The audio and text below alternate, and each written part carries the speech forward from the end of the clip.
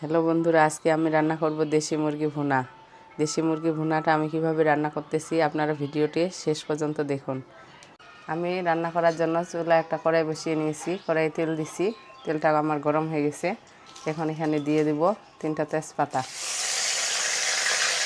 দিয়ে দিব একটা বড় এলাচ, দিয়ে দিব 4টা ছোট এলাচ, দিয়ে দিব দালচিনি।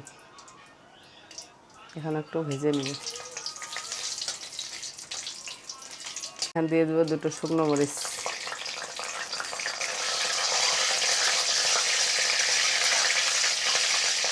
দিয়ে দেবো পেঁয়াজ বাটা,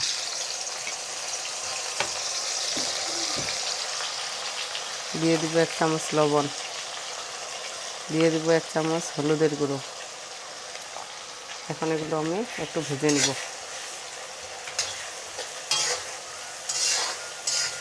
আমি পেঁয়াজ বাটাটা হালকা ভেজে নিচ্ছি। এখন এখানে দিয়ে দেবো রসুন বাটা,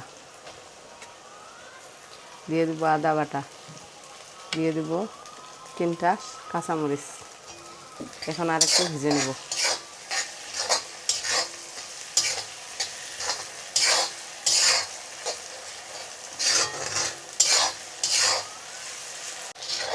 আমার সব উপকরণগুলো ভাজা হয়ে গেছে।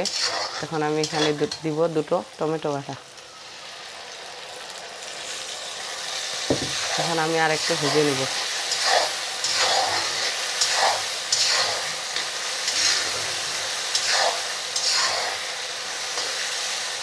আমি দিয়ে দিব 1 চামচ মরিচের গুঁড়া। এখন দিয়ে দিব 1 চামচ জিরা বাটা।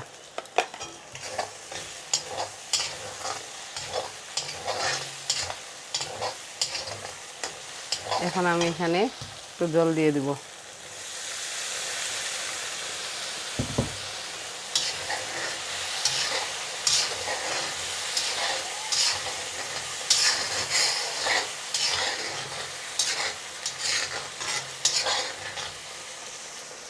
এখন আমি এটা 2 মিনিটের জন্য ঢেকে রাখবো, তেলটা না ছেড়ে দেওয়া পর্যন্ত।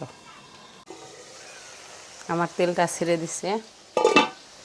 এখন আমি এখানে 1 কেজি মুরগির মাংস নিয়েছি। এখন মাংসটা কড়াইয়ে দিয়ে দিব। এখন একটু কষিয়ে নিব।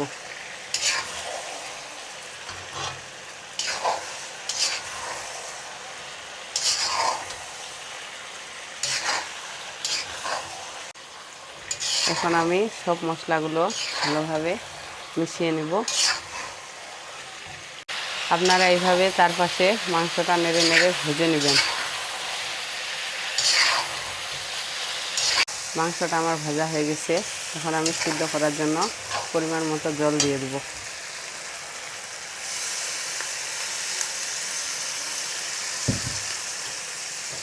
এখন চারপাশটা ভালোভাবে নেড়ে দিয়ে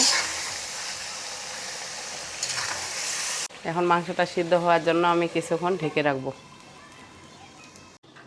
এখন আমি ঢাকনাটা উঠিয়ে নিয়ে কিছুক্ষণ কষিয়ে নিব।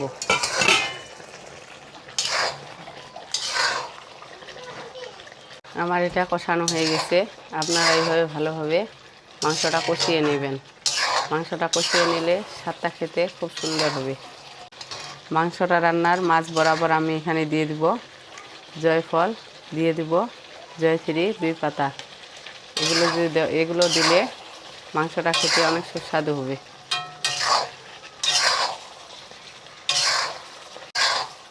আমি মাংসটা এভাবে 4-5টা ভালোভাবে কষিয়ে নিয়ে আরও 2 মিনিট ঢেকে রাখব।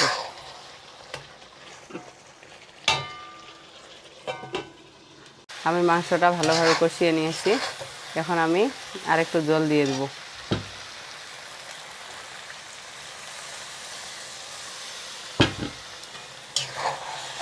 এখন আমি এটা কিছুক্ষণ ঢেকে রাখব।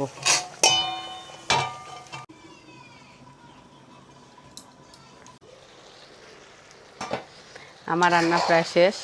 আপনারা এইভাবে দেশি মুরগির মাংস ঘরোয়া মশলা দিয়ে বাসায় রান্না করুন, দেখবেন হোটেলের থেকেও বেশি খেতে সুস্বাদু হবে।